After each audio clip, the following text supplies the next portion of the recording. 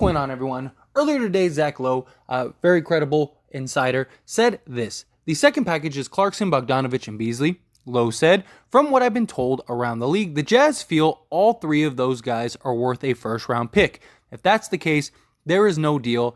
That's out. Now, this is coming with the speculation that the Jazz and the Lakers are working on a deal to trade Russell Westbrook, as well as unload some of the vets. The Jazz need to clear players off the roster, right? We know that. Now, the Jazz have this belief that Clarkson, Bogdanovich, and Beasley are all worth a first-round pick. Now, here's the thing. The young guys, Vanderbilt, Beasley, absolutely. I really believe either of these guys could field a first. I don't think it would be like a lottery pick or anything like that, but I do think that these guys could get a first-round pick, especially Vanderbilt, a guy that has so much upside, so much energy, 6'9", can play multiple positions, is a real question mark as far as like what is his ceiling, right? Beasley, solid 3-and-D guy, got some youth, can get hot in a vacuum type. These two guys, young enough, I could see fielding a first-round pick. I absolutely agree with that. I understand why the Jazz would perceive these guys as a first-round pick, right? Especially when you start getting into like the mid-tier picks to like, the higher picks. If you're a team like a mid-tier or like veteran team that's, going to be picking somewhere in the, 14 to, 25 range or something like that, these guys would be great because it's a crapshoot at that point. So you might as well get guys that are at least proven in this league. No arguments. Here's the thing. When it comes to the other guys, no way. Look, Bogdanovich, there may be some team out there like, the Bucks or, maybe somebody like the Celtics who, maybe they'll give you a protected, heavily protected first round pick for Bogdanovich because they can, eat the salary and their pick is going to be, number 30 anyway. So who cares? So I guess in that regard, sure. Could these guys maybe field a first, like a late first from like an experienced team? Sure. But I just don't see that. Like, I don't know. And on top of that, what are you taking back? Because again, the Jazz have to unload guys. The Jazz have to clear like 2 to 3 players off their roster. So you can't just trade Bogdanovich to a contending team and take back like a bad salary or a long-term salary contract. You can't, because it's not about the money, even though the Jazz are hard capped, but it's not about the money, it's about the players. They need to unload players. So unless you're moving Clarkson and Bogdanovich in a deal for, say, I don't know, like a Duncan Robinson or something, and they're giving up a first-round pick, okay, I could see something like that. Maybe you work out a deal like that. But if you're the Jazz, why would you do that? Why would you take like a Duncan Robinson 4-year, $25 million a year deal when you're a rebuilding team? Like, yeah, you're getting a pick, but that pick is very likely going to be a high draft pick. I don't see that being the case. Jordan Clarkson, there may be some of you that are like, yeah, Jordan Clarkson's worth a first. I don't believe that for a second. The guy, yes, is on a very reasonable contract, $13 million a year. The guy has shot 42% from the field the last several seasons and 31% from 3. The guy is super inefficient and a shot clunker. Yes, the guy won, 6th man of the year, but look at Dennis Schroeder and, Montrezl Harrell, right? Two guys that were great and had, in many cases, had better years than Jordan Clarkson did when he won 6th man of the year. Jordan Clarkson is extremely inefficient, extremely. And if you think I'm wrong, go look it up. Now, I'm telling you, Jordan Clarkson, maybe that, 30th pick, we could use some scoring off the bench, get a nice little scoring punch. Sure. But again, what salary are you taking? No team is just going to, out of the kindness of their heart, give up a first-round pick to take Bogdanovich and Jordan Clarkson, especially in the position that Danny Ainge is with the Jazz. See, the problem, and this is the problem that we're seeing with the Jazz. He got a absolute ridiculous haul from the Gobert trade, right? And since then, he is on this high and riding this high, believing that like he can generate first round picks like they're, like they're free, like you just pick them up off the street, right? And so he's going in to, the Donovan Mitchell trade. I want 7 first-round picks, 8 first-round picks. And ultimately he settles on, I guess, technically 5, but they were terrible first-round picks because the Cavs are going to be one of the best young teams for the next several years. He's just on this mindset of like, I just need to get first. I just need to get first. And yes, a lot of teams don't value first the way that they used to. Like, first round picks used to be highly coveted. Like, teams did not want to give first up for anything.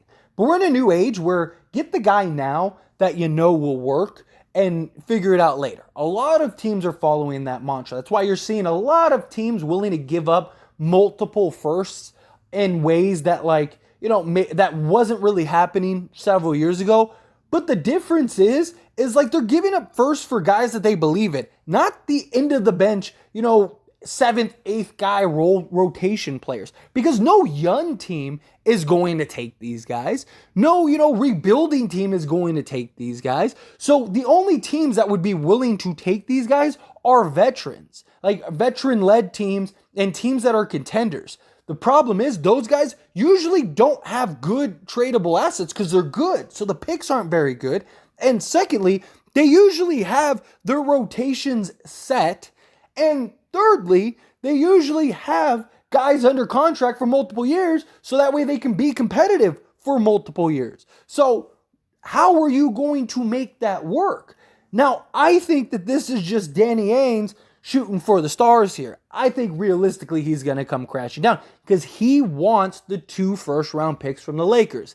And if he, puts it out there that that's what this is, and he starts getting some calls for some of these guys saying like, yeah, we'll give you a first, well, then he can go to the Lakers and say, look, we're getting multiple firsts. Don't you want to trade Westbrook? Don't you want these guys? But here's the thing, the Lakers, they can stand pat. Like, at the end of the day, worst case for the Lakers, they ride it out with Westbrook for a year and then, go into the offseason with a ton of cap space to improve the team. And we have no idea how good or bad this team is going to be. Entirely new team, entirely new players, entirely new coach, systems, everything. Culture, all of that. This is a fresh start. We have no idea how good or bad this Laker team is going to be. This Laker team could be amazing for all we know. This team is very, very comparable to the 2020 championship team, which won a championship and was the best team in the league the whole year. As much as people like to say, oh, it was a bubble championship, the Lakers were the number 1 team in the league that year, regardless, whether it was a bubble ring or not. They still would have probably won the championship, and it was a fair playing field. This team is very comparable.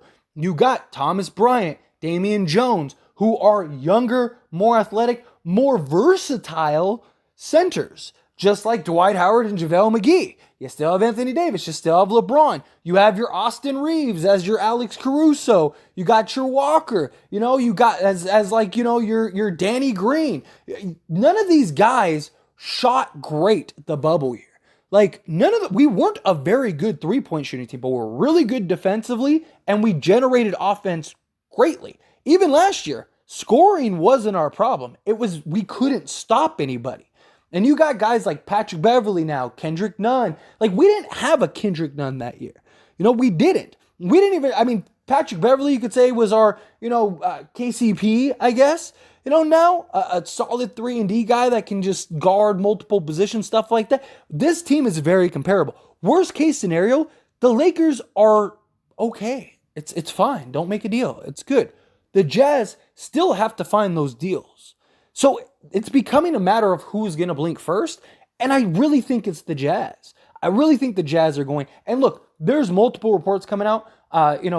Tony from The Athletic, he even said recently that, that the Jazz and the Lakers both threw out offers and they're a ways away. And unless they can find a happy medium, a deal's not going to happen.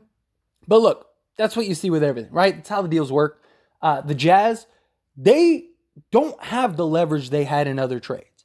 They had the leverage in the Rudy Gobert trade because they didn't need to trade him. They had the leverage in the Donovan Mitchell trade because they didn't need to trade him. Donovan Mitchell wasn't putting pressure on him. Donovan Mitchell wasn't forcing his way out. He was very quiet, very humble, very, to himself. Wasn't running around saying anything. Like, it was good. Like, it was fine. So, of course, the Jazz have the leverage. Look, we don't need to trade Mitchell. If you want Mitchell, it's going to cost you. We don't need to trade Gobert. If you want him, it's going to cost you. But here's the difference now. Is because of all those deals, getting 4-5 players back in return, they have too many guys on the roster now. So they have to unload guys. Yes, they could just buy guys out, but why when you could get an asset for players? Why would you just cut guys? And what are you going to do with the veterans? You're going to cut, okay, maybe you cut the end of the bench guys, but what, you're just not going to play the old guys?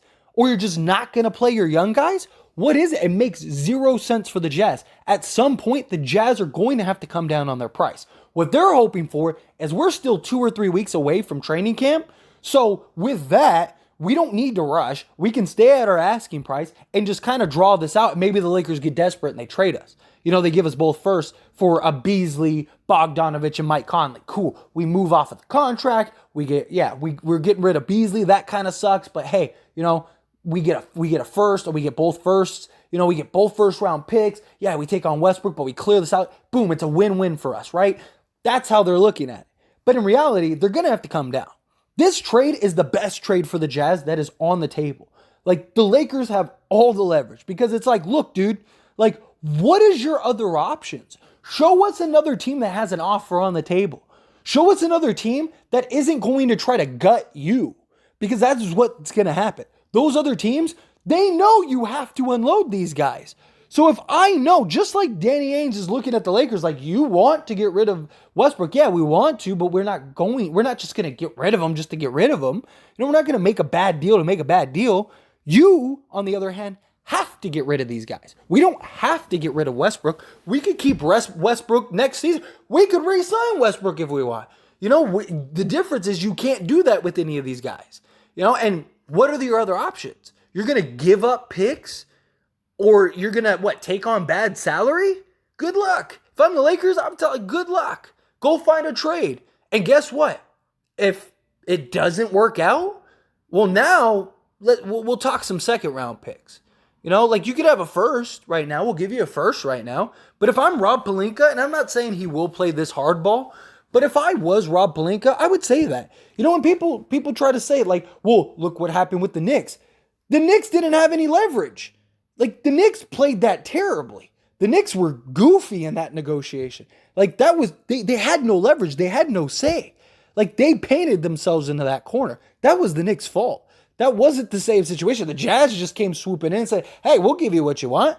And boom, deal got done. And the Knicks were stuck there, all salty, upset, posting, memes and stuff. That was your fault. The difference is the Lakers, they're not in the position that the Knicks are in where they need to unload guys and improve their team and do this, that, and the other. The Lakers can just stand pat and it's okay. It's not the end of the world. We still have our 2 firsts and we have a ton of cap space.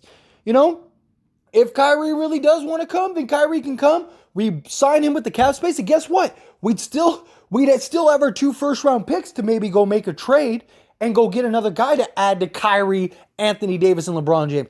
The best result might be to just stand pat in the long run. And a lot of people say, well, you're punting LeBron's season. I don't think so. We don't know how good this team is going to be, and nobody in the West is that good. Nobody is the Warriors with Kevin Durant. The Lakers will be fine.